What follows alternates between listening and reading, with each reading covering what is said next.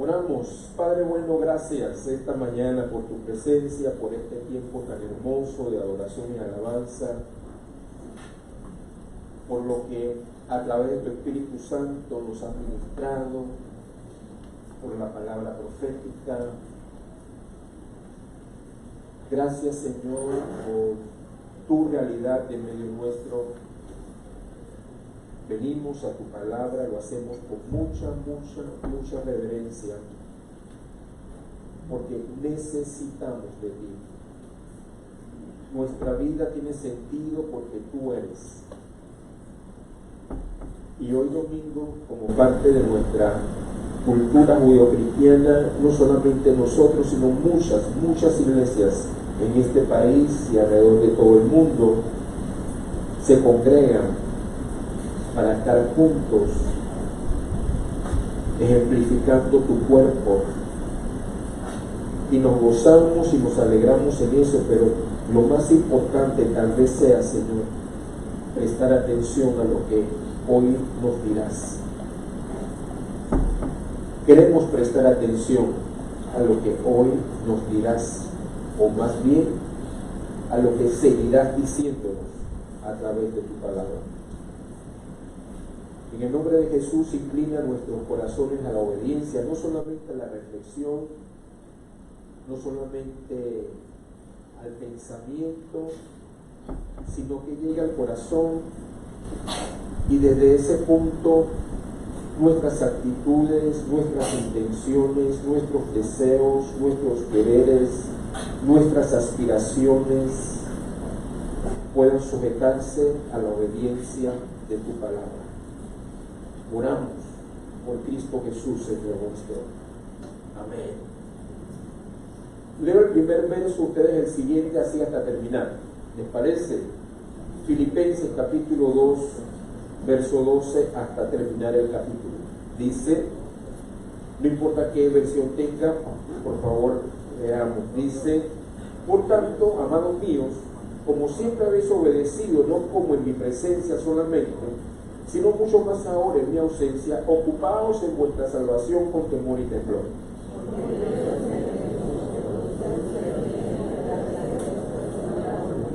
Haced todo sin murmuraciones y contiendas.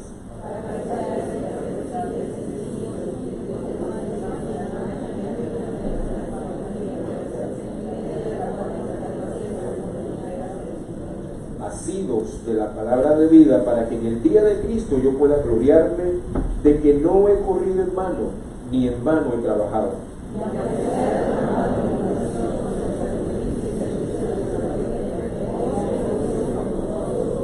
Asimismo, gozaos y regocijaos también vosotros conmigo.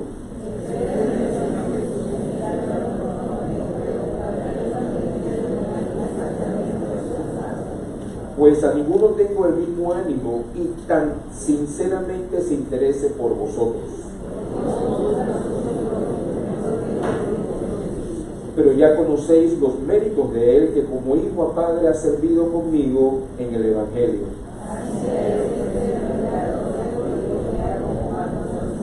Y confío en el Señor que yo también iré pronto a veros.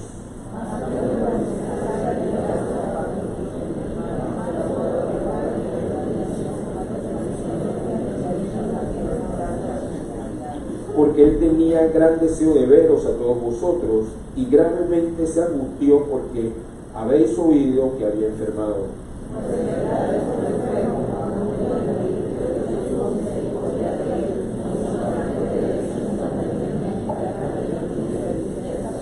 Así que le envío con mayor solicitud para que al verle de nuevo os gocéis y yo esté con menos tristeza.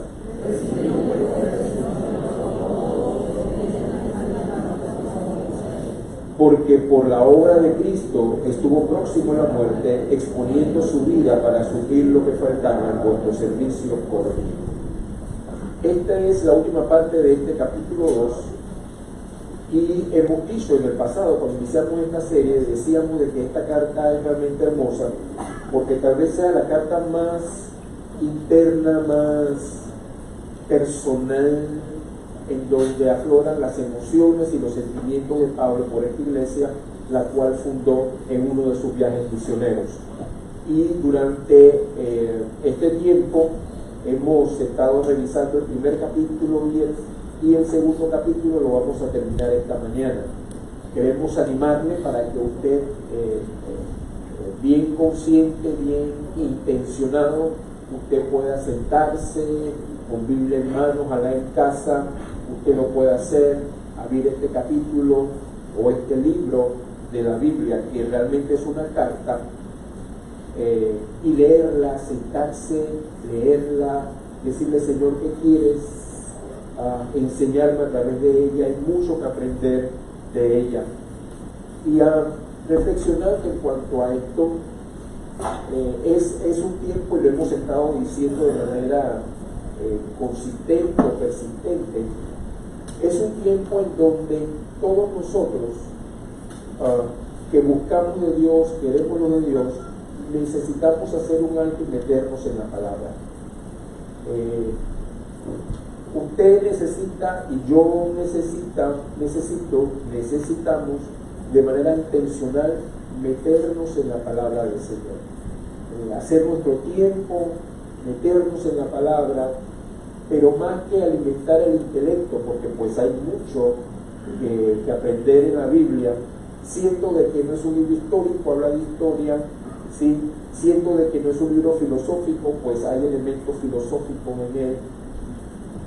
Lo más importante de esto es que usted y yo podamos entender que es el mensaje de Dios para la salvación del hombre. Y no puedo tomar la Biblia como quien toma un paquín o una revista de ocasión, no importa cuál famosa sea, y pretender entretenerme en la Biblia. Y quiero llamar su atención al respecto, porque la palabra de Dios no es un libro de entretenimiento personal. La palabra de Dios es la palabra de Dios. Y Dios la trae a su pueblo para que, confrontados con ella o a través de ella, Dios le habla a usted, le habla a mí, y podamos hacer los correctivos, los correspondientes. Entonces, cada vez que usted y yo nos exponemos a la palabra, Dios siempre dirá algo, porque gracias a Dios no es mudo, y al final del camino Él es el que sale al encuentro del hombre. Él salió a su encuentro y al mío, y sale al encuentro de todos los hombres. Ese no es el punto es ¿qué hago con eso que Dios me dice? Y de eso vamos a conversar en los próximos minutos. ¿Qué hago con eso que Dios me dice? Definitivamente necesitamos disfrutar la salvación que Dios nos ha dado, y necesitamos también disfrutar el privilegio de servirle. Todo el tiempo de alabanza siempre debe estar enfocado en la persona de Jesús. Alguna gente entra en conflicto con los tiempos de alabanza y adoración en las iglesias, y lo he oído de manera consistente, expresiones tales como, por ejemplo, bueno, pero es que esa alabanza no me gusta, no me anima. Y uno tiene que preguntarse, bueno, ¿la alabanza para quién es? ¿Para ti o es para Dios? La alabanza es para Dios. Nosotros somos totalmente secundarios en este negocio, hermano, porque Dios mira el corazón suyo y el mío. Entonces, ¿con qué disposición venimos a alabar a Dios? ¿Con qué disposición venimos a escuchar la palabra de Dios? Todo anida en el corazón. Por eso el proverbista, el escritor a los proverbios, dijo en el capítulo 4, verso 23, ¿se acuerdan? Sobre toda cosa guardada, guarda tu corazón, porque de él mana la vida. Porque de él mana la vida. Y hacíamos, y quiero hacer esta introducción de manera intencional, porque justamente el domingo pasado estábamos mirando la última parte, o la parte anterior de ese capítulo 2, en donde Pablo, inspirado por el Señor, dice lo siguiente, hablando de la humildad de Jesús como modelo, a partir del verso 5 del capítulo 2, dice así: haya pues en vosotros este sentir que hubo también en Cristo Jesús, el cual, siendo en forma de Dios, no estimó el ser igual a Dios como cosa que aferrarse, sino que se despojó a sí mismo, tomando forma de siervo, hecho semejante a los hombres, y estando en la condición de hombre, se humilló a sí mismo, haciéndose obediente hasta la muerte y muerte de cruz. Por lo cual Dios también le exaltó hasta lo sumo y le dio un nombre que es sobre todo nombre, para que en el nombre de Jesús se doble toda rodilla de los que están en los cielos y en la tierra y debajo de la tierra, y toda lengua confiese que Jesucristo es el Señor, para gloria de Dios. Cuando uno lee el texto bíblico hasta el final, sobre todo el Apocalipsis, todo el drama humano termina en una acción y en una declaración. Pablo, adelantándose a esa realidad, nos revela que la razón por la cual Cristo será exaltado es por su obediencia. Note que dice que Jesucristo no se aferró a su condición de Dios, no se aferró al trono, no se aferró a la posición, no se aferró al cielo, y en una actitud obediente y en una acción de amor vino al mundo, se hizo hombre. No solo se hizo hombre, que ya era una condición humillante comparada con su posición anterior, sino que fue a la cruz y murió como si fuese un malhechor, un maleante, un corrupto. Y ustedes y yo sabemos del libro de Isaías y de otros profetas de que era necesario que Jesús muriera de esa manera, porque había una deuda que pagar. Cuando uno tiene una deuda, eso es sinónimo de que hay que pagar. De hecho, alguna gente no duerme por las deudas. Está pensando en el banco, está pensando en la hipoteca, del carro, de la casa, de la universidad, y no duerme porque tiene deudas. Lo interesante de esto es que no duerme porque la cosa se ha puesto tan difícil que apenas el dinero alcanza para salir con las responsabilidades cotidianas, ya asumido o agregado, tenemos una deuda que no podemos pagar. Bueno, desde el punto de vista espiritual, desde el punto de vista moral, todo ser humano tiene una deuda con Dios que no puede ser pagada a menos que reciba a Cristo como su Señor y Salvador, porque Él sí la pagó. Jesucristo es el Cordero perfecto. Su muerte y su sacrificio fueron aceptados por Dios. Esa es la razón por la cual necesitamos predicar el Evangelio, porque no hay otro nombre. Escuchen, no hay otro nombre en el cual podamos ser salvos. Si la gente está en conflicto con esto, porque hay cualquier cantidad de religiones en el mundo, y hay cualquier cantidad de héroes o líderes religiosos que se afirman a sí mismos como caminos para llegar a Dios. De hecho, toman aquella frase famosa de que todos los caminos conducen a Roma, y eso tiene una razón histórica por lo cual se dice, y también asumimos eso y decimos que todos los caminos conducen a Dios. Pues no es cierto. No es cierto. Solo hay un camino. Hermanos, solo hay uno. No hay varios caminos. Solo hay uno. Ese camino se llama Jesús, que fue el único que dio su vida por nosotros y su sangre. Esa es la razón por la cual Pablo, inspirado, dice: por lo cual Dios también lo exaltó hasta lo sumo y le dio un nombre que es sobre todo nombre, para que en el nombre de Jesús la acción se doble toda rodilla, hermanos, y al final del drama humano toda rodilla tendrá que doblarse delante del gran Rey y confiese con su boca. Y confiese con su boca. Alguna gente hoy día no confiesa a Jesús como Señor. Ese día lo tendrán que hacer de manera obligada, porque Él es el Señor. Él no es solo el Señor de la iglesia, Él es el Señor de todo lo creado, visible e invisible. Apenas podemos ver lo visible, hermanos. Si usted, y este es un mal mundial, hay mucha gente usando lentes y cada vez más gente usando lentes. Y más gente va a seguir usando lentes porque los dispositivos electrónicos afectan la vista. Y hay gente metida en los dispositivos electrónicos, en su trabajo y en la casa. No me han pedido la consulta, pero la voy a dar de todos modos. necesita hacer espacio para que su retina no se dañe. Tantas horas. La recomendación es que después de 2 horas usted debe desconectarse al dispositivo.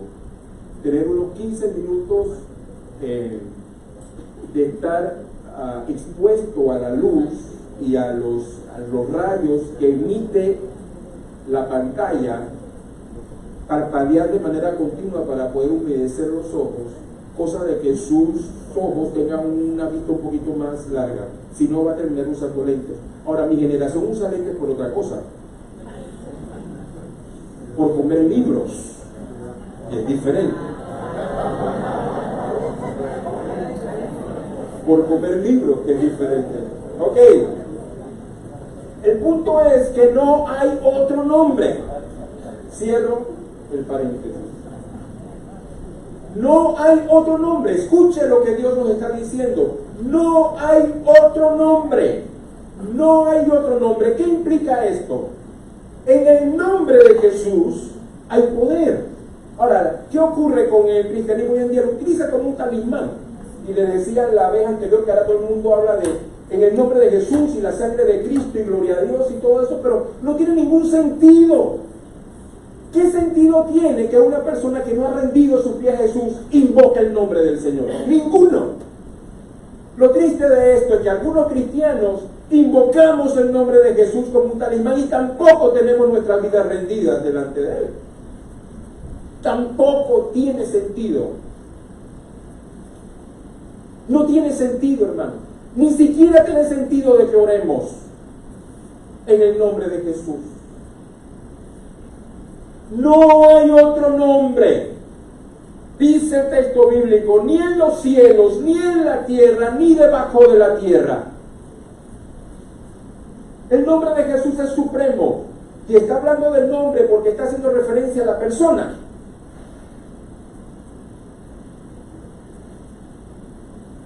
Así es que entramos al verso 12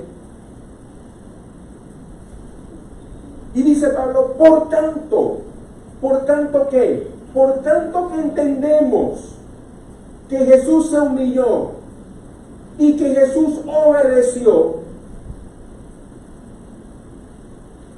Dios le dio un nombre que es sobre todo nombre. Por tanto, por consiguiente, por lo anteriormente expresado, amados míos, como siempre habéis obedecido, no como en mi presencia solamente, sino mucho más ahora en mi ausencia, ocupaos en vuestra salvación con temor y temblor. Ocúpense de vuestra salvación. Bueno, pero ¿cómo Pablo dice? ¿Cómo vamos a ocuparnos? ¿No es que es gratis? Sí, fue gratuita. Jesús pagó el precio, dijimos hace un rato.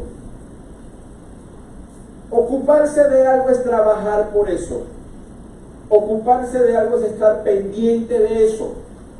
Por ejemplo, aquellos que laboramos, mañana es lunes, necesitamos regresar a las oficinas, a los lugares de trabajo, y tenemos una ocupación. ¿Qué es? Ocuparse de las obligaciones correspondientes a la asignación al puesto que tenemos. Su salvación y mi salvación fue comprada por Cristo. Pablo afirma, ocúpense, trabajen, presten atención de manera intencional, no lo tomen a poca cosa. De hecho, algunos cristianos entran en conflicto porque tienen por poco la salvación que Dios le ha dado. Por favor, necesitamos hacer un alto. El precio que fue pagado fue muy alto. El precio que pagaron por usted fue muy alto. El precio que pagaron por usted fue muy alto. El precio que Cristo pagó por nosotros, el precio que Cristo pagó por mí fue muy alto. Ocúpate de eso. Presta atención. No lo des por sentado. Con temor y temblor. Hay textos bíblicos de sobra que nos hablan acerca del temor a Dios. ¿Y qué es temor? Reverencia, respeto, humillación. ¿Cuál es su actitud y mi actitud cuando me acerco a Dios? ¿Arrogante, altiva o desafiante? Dios está en los cielos, en su trono, sobre juicio y justicia, y nadie lo va a mover. Nosotros tenemos el privilegio de estar ante el estrado de sus pies. Él es el Señor. Dios le dio un nombre que es sobre todo nombre, para que en el nombre de Jesús se doble toda rodilla y toda lengua confiese que Él es el Señor, para la gloria del Dios Padre. Debemos tener una actitud reverente cuando nos acercamos a Dios. Cuida tu salvación, hermana, hermana. Por favor, presta atención. No permitas que el mundo, el diablo, tu propia carne, te arrebaten este don precioso que Dios nos ha dado por gracia. Porque no tuvimos que pagar por ella, pero Jesús sí pagó por ella. Ese es un tesoro precioso, cuídalo. Dígale al hermano que está al lado, cuidemos nuestra salvación.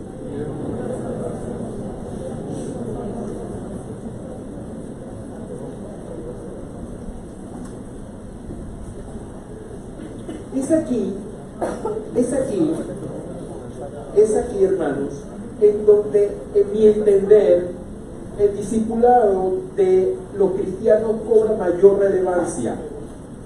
Porque es en este proceso de discipulado en que yo empiezo a entender, empiezo a comprender lo que Jesús hizo conmigo. El cristianismo hoy en día está basado en emociones, y de hecho era un pensamiento que tenía la semana pasada, y cuando llegué aquí se me fue a expresarlo, y está bien, no hay ningún problema. Seguramente Dios se lo reveló a más de uno. Pero lo recordé esta mañana nuevamente en el tiempo de alabanza y adoración. Miren, los tiempos de alabanza y adoración congregacionales son muy hermosos. Y lo hacemos por fe, aunque no sienta nada. ¿Cuántos hemos venido al culto y no sentimos nada? Y salimos del culto igual, sin sentir nada. Bueno, quiero decirles que no tenemos realmente que sentir algo. Dios sigue siendo Dios, y Dios sigue siendo digno de su alabanza y de mi adoración también. Dios sigue siendo digno de que nosotros cada mañana, cuando nos levantamos, por lo menos uno de los primeros pensamientos sea: Señor, gracias por esta mañana, gracias por la vida que me has dado, gracias por suplirme, por sostenerme, gracias, Señor, porque en medio de esta situación difícil tú estás conmigo. Eso es una actitud de alabanza en medio del dolor y del problema.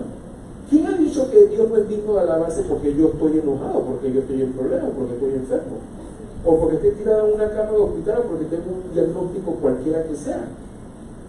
¿Quién ha dicho que porque yo estoy sufriendo, Dios no es digno de ser alabado? Son dos cosas totalmente diferentes, hermano. Ah, bueno, pero es que si yo soy Dios, Él debiera sanarme, Él debiera nada. Ya lo que hizo, lo hizo en la cruz del Calvario por ti y por mí. Cuando usted y yo partamos de este mundo, nos vamos a ir directamente a su presencia, hermano. Ahí no va a haber escasez, no va a haber luz cortada, ni agua, ni nada de eso, ni pagar. Alguien se va a quedar con la deuda, pero usted ya no la va a pagar.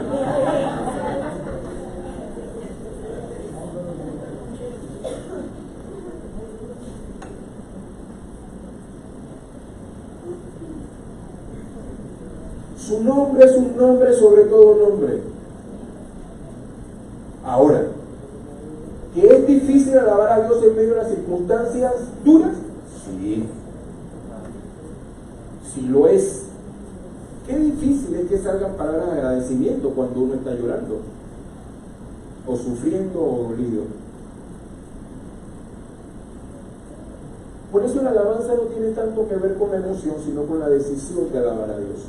Obviamente, qué lindo cuando en medio de la alabanza y la oración yo puedo experimentar la presencia de Dios. Digo, nadie está discutiendo el punto, pero aún cuando no lo sintiera,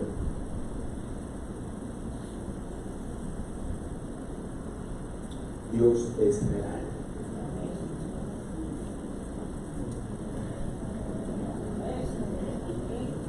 Dios es real.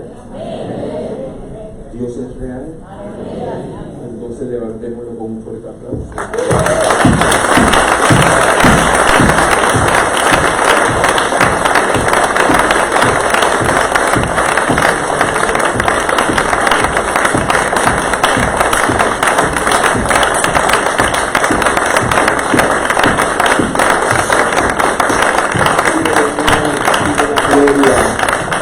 Recibe el honor y recibe la gloria, Señor. Dios es real, aunque no lo sientas.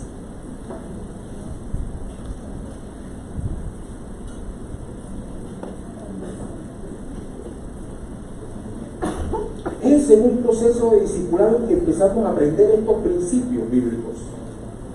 Ese es un proceso en donde me acompañan, yo acompaño a otros, en donde empieza a tener sentido el texto bíblico, y no solamente desde un púlpito, no importa cuál sea, escucho la prédica y digo, oh, Dios me habló, pero ¿qué ocurrió durante el resto de la semana? Algunos se vuelven a conectar hasta el siguiente culto. No, hermano, Dios está conmigo todos los días.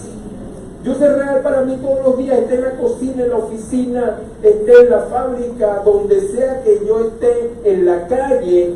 Dios es real, tengo una relación con Dios. Dios no se desconecta porque terminó el culto, o se conecta cuando el culto empieza.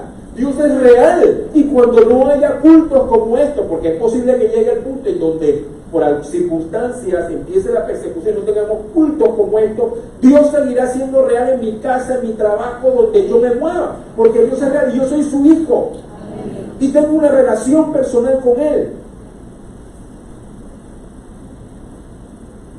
Así es que yo quiero animarle a que usted se convierta en discípulo de Jesús, en discípulo de Jesús.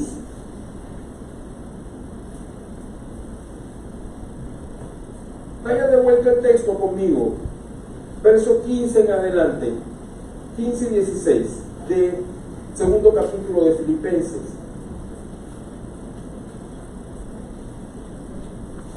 (14, 15 y 16) dice: haced todo sin murmuraciones y contiendas.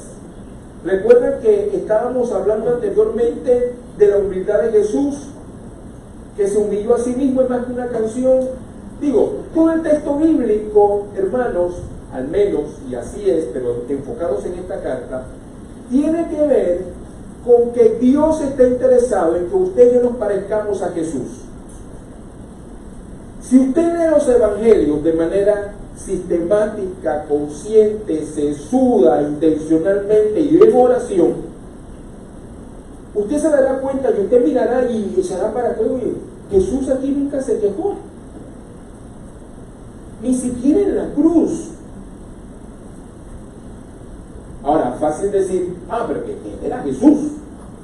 Y es cierto, Él es Jesús y era Jesús histórico.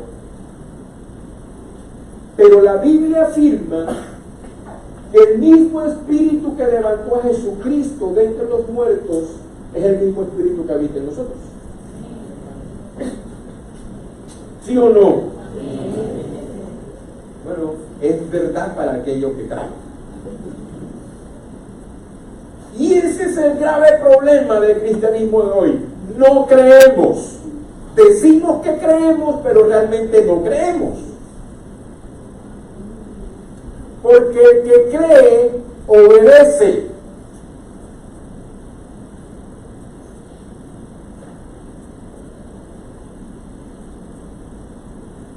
El que cree, obedece.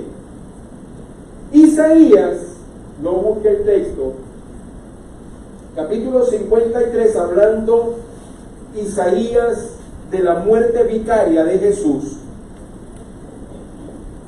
dice, palabras más, palabras menos, que por el gozo puesto por delante, hablando de Jesús, su corazón se llenaría, corazón de Dios se llenaría de gozo por la salvación que traería para muchos.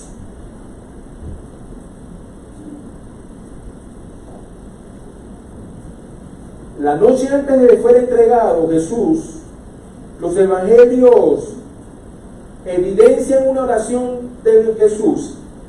Dice: Padre, si es tu voluntad, pasa de mí esta copa, pero no se haga como yo quiero, sino como tú quieres, como tú has planeado, de acuerdo a tus propósitos. Yo puedo saber la palabra, pero si yo le pongo pie en obediencia al texto, no tiene vida, sigue siendo palabra vacía. El cristiano de hoy, o el cristianismo de hoy, en mi entender, y algunos estarán de acuerdo conmigo, tal vez sí, tal vez no,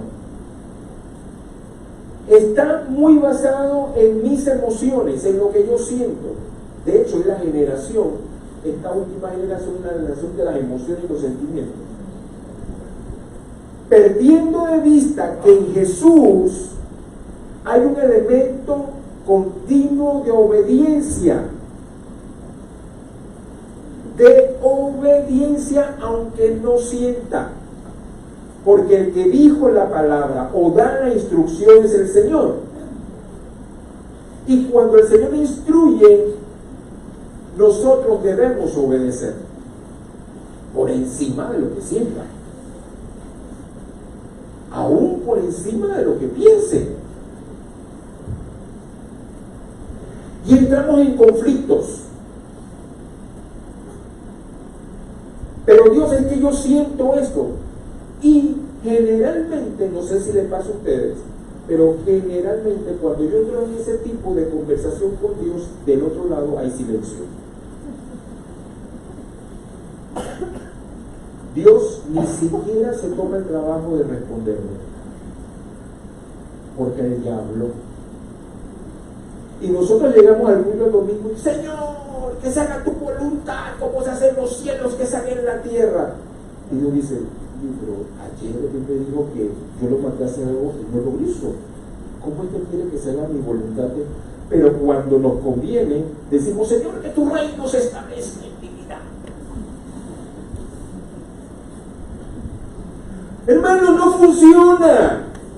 Así no es el negocio. Dios es Dios. Jesús tiene un nombre que es sobre todo nombre, para que en el nombre de Jesús escuche lo que dice la palabra a su espíritu esta mañana y al mío también. Dios le dio un nombre que es sobre todo nombre, para que en el nombre de Jesús se doble toda rodilla y toda lengua confiese que Él es el Señor. ¿Qué significa eso, hermanos? Que usted y yo simplemente obedecemos cuando Él habla.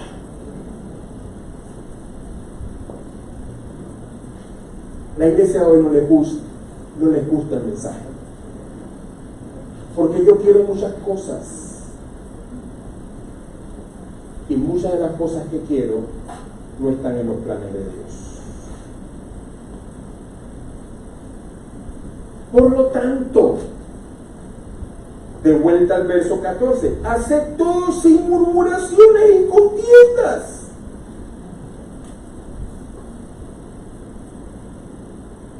Sí, pero ¿qué se cree Él? ¿Por qué Él me manda a mí? Solamente me manda a mí. ¿Y por qué no manda a otro? Estoy cansado de ese jefe, estoy harto de eso. Hacerlo todo, no dice hacer ministerio, dice hacerlo todo sin murmuraciones ni contiendas.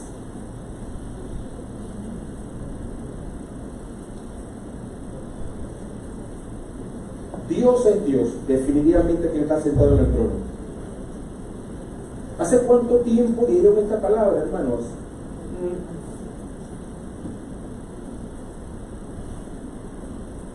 2000 y pico de años antes, más o menos.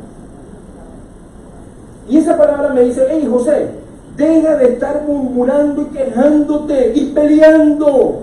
Hazlo todo sin pelear. Si conduces, no pelees. Si estás en la oficina, no pelees. Cuando llegues a la casa, no pelees. Deja de murmurar, hermanos.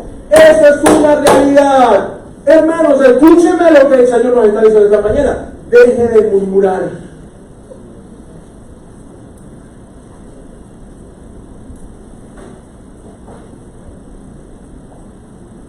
chuzo, para que venga el culto hoy.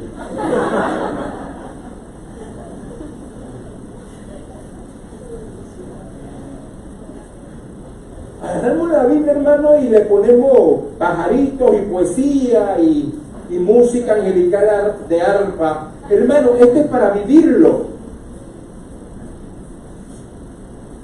Hacerlo todo, sin murmuraciones, hermano, deje de murmurar.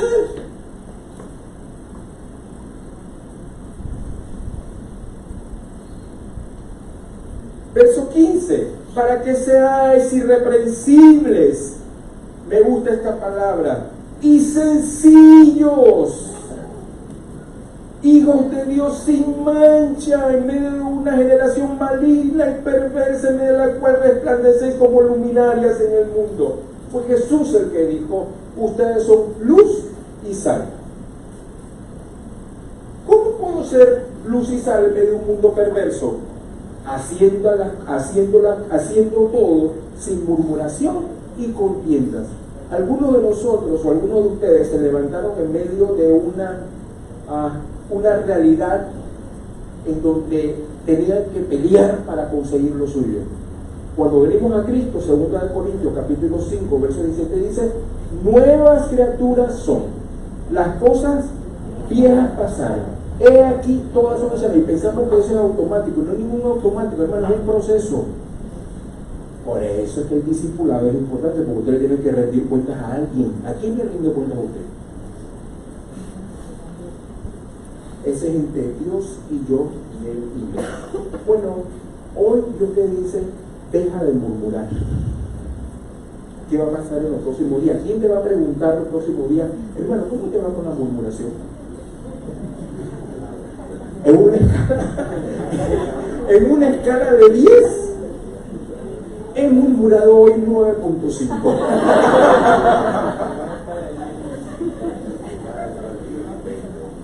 Estoy progresando, sí, hermano, un progreso de 0.5.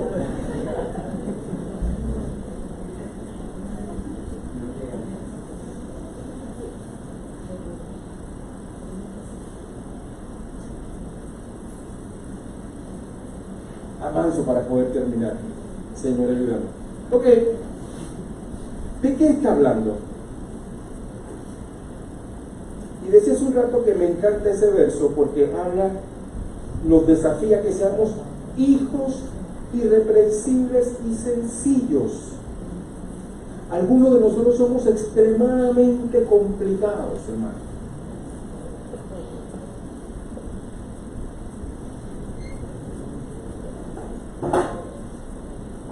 ¿Ha escuchado la expresión parece un ajichombo?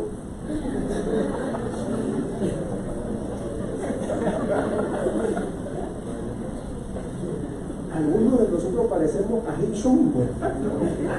¡Chala máquina!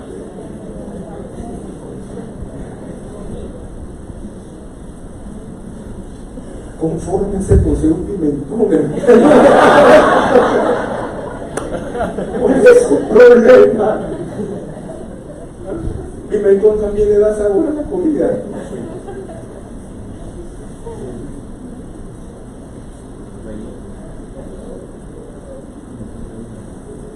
Para que sean irreprensibles y sencillos.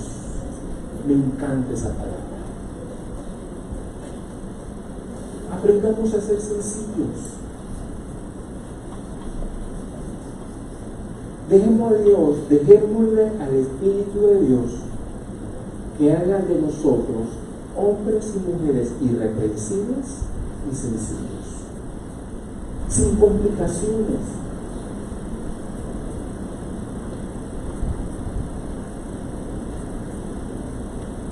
Esto habla del carácter de Jesús.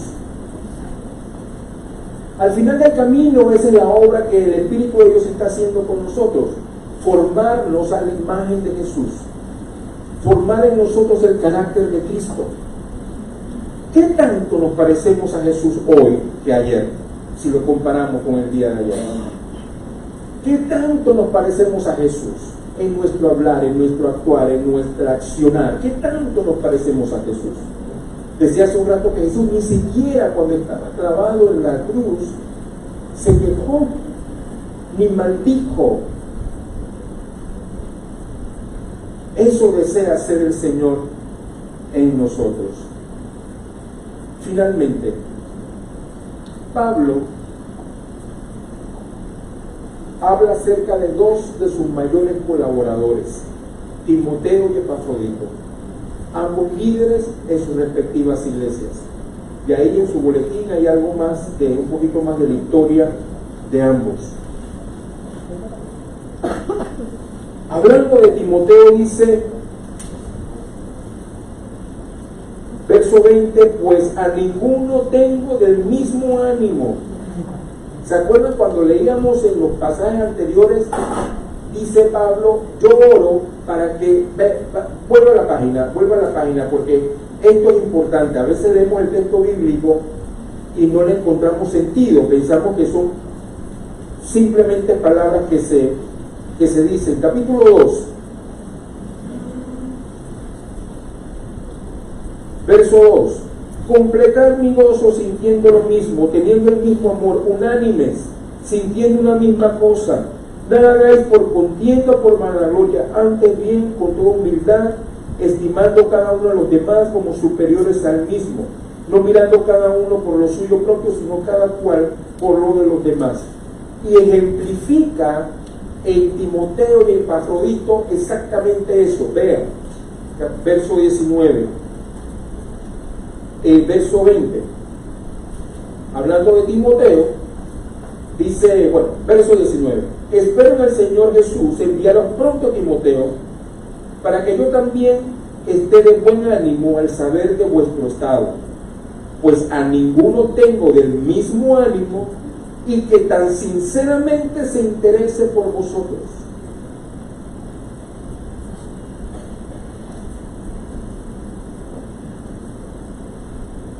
¿Ve el corazón de este hombre, de Timoteo? Hay un amor genuino por la iglesia de Filipos. ¿Por quiénes se interesa usted? ¿Por quiénes se interesa usted? Vale la pena que usted haga una reflexión esta mañana y piense por quiénes se interesa usted. Espero que los primeros en su lista sea su propia familia. Y no esté desvinculado de ella. ¿Se interesa usted por su familia? ¿A usted le preocupa, le duele, le motiva lo que está sucediendo con su familia, su esposa, su esposo, sus hijos, sus hermanos, hermanas, sobrinos y demás? ¿Se interesa usted por su familia?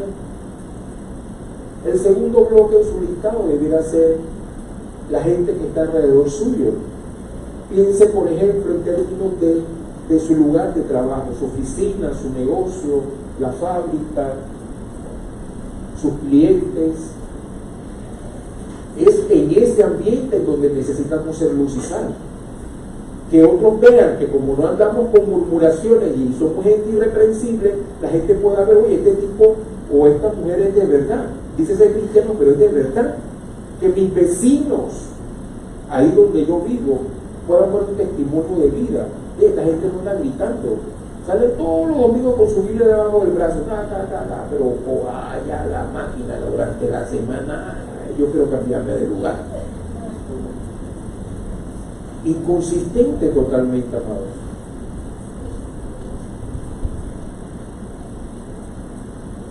¿Es su casa un campo de batalla? ¿O es un lugar de paz? Está dura cuando uno tiene niños adolescentes pequeños, pero aún así puede que sí sea. Dios nos está llamando a eso, a que su casa sea un lugar de paz.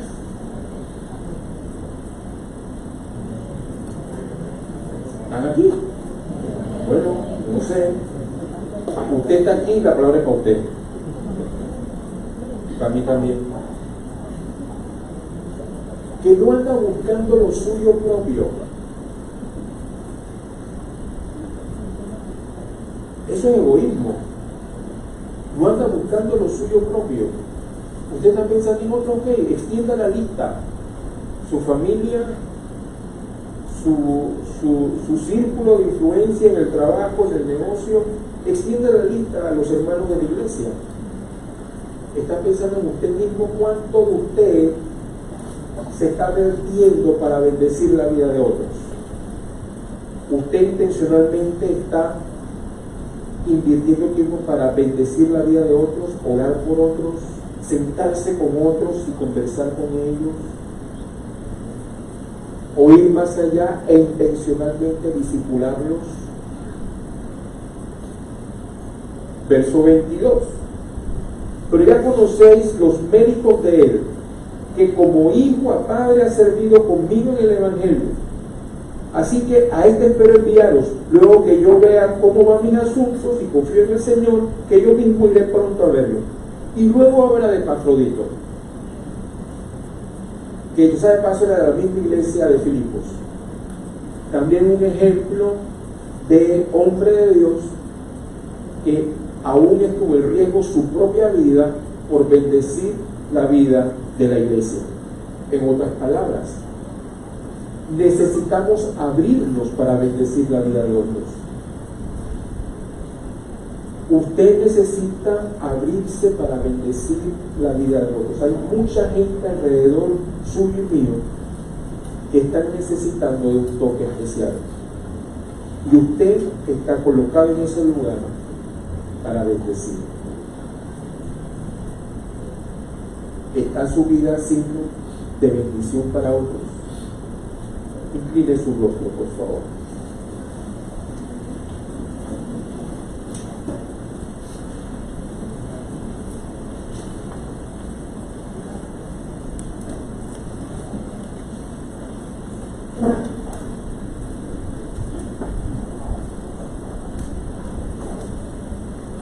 ¿Qué Dios le ha dicho esta mañana?